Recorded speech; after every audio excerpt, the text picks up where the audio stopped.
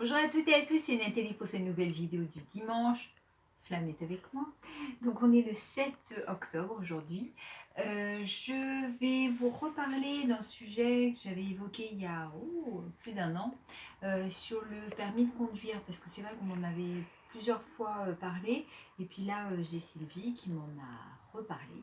Donc je vais vous faire de la lecture parce que j'ai trouvé, enfin Sylvie me l'avait envoyé, puis je l'avais déjà avant, un article qui est bien fait par l'ARCEP pour expliquer un petit peu ce qu'il faut faire, puisque tout le monde n'est pas au courant, puisqu'il est vrai que nous n'avons aucune information à ce niveau-là. Moi j'en avais eu il y a quelques années dans le centre de rééducation où j'avais été, mais sinon on ne nous parle pas du tout du permis de conduire. Donc je vais vous lire un petit peu ce qu'ils disent. Excusez-moi de lire, hein, mais je n'ai pas la science infuse. Voilà. Donc, comment savoir si on est encore apte à conduire? Quels sont les risques avec l'assurance? Parce que c'est vraiment en termes d'assurance qu'il peut y avoir un souci. Donc, il existe un formulaire à prendre auprès de la préfecture du département ou sur Internet, parce que c'est vrai que maintenant les choses se font de plus en plus par Internet, pour demander un rendez-vous avec un médecin expert. Attention, c'est bien un médecin expert, ils ne sont pas évidents à trouver. Moi, la première, j'ai un petit peu galéré pour en trouver un, parce que ce n'est pas tous les médecins qui sont médecins experts, qui va statuer sur l'aptitude ou non à la conduite. C'est la procédure classique. Lors de l'évaluation des aptitudes à la conduite par le médecin de la préfecture, plusieurs possibilités se présentent.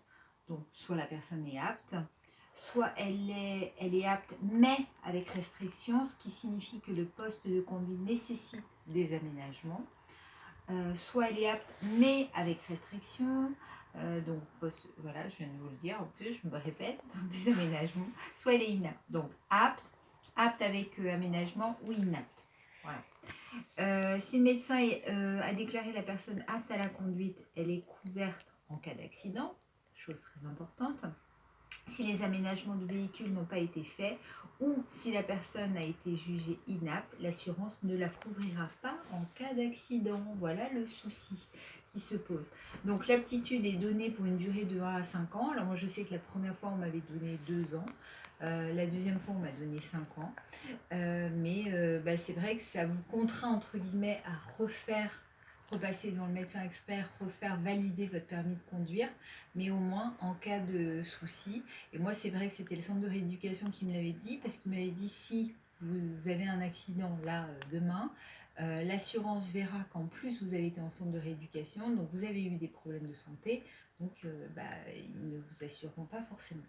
Donc voilà, ça c'est donc renseignez-vous quand même, parce que ça c'est très important, je ne vais pas vous lire tout l'article, c'était vraiment pour porter à votre connaissance qu'il faut voir pour cette aptitude ou non à la conduite. Je sais qu'il y en a certains d'entre vous qui vont dire moi je sais que je suis apte et tout, peut-être, mais je vous avoue très sincèrement que j'estime que cette aptitude devrait être validée aussi pour les personnes d'un certain âge. Voilà. Et ça, apparemment, au niveau gouvernement, c'est pas à l'ordre du jour. Mais je pense que ça serait bien. Voilà, donc c'était juste pour porter à votre connaissance. J'avais fait une longue vidéo là-dessus. Mais voilà, donc je ne vais pas m'étaler. Surtout qu'aujourd'hui, je suis à la bourre, il est 13h. Je n'ai pas fait à manger, j'ai rien fait. Enfin si, j'ai fait beaucoup de choses, mais pas... voilà, donc je suis en retard pour ma vidéo. Vous voyez, je suis en mode destroy, jean déchiré et tout. C'est pas mon style, mais là, aujourd'hui, c'est... Voilà, à la one again.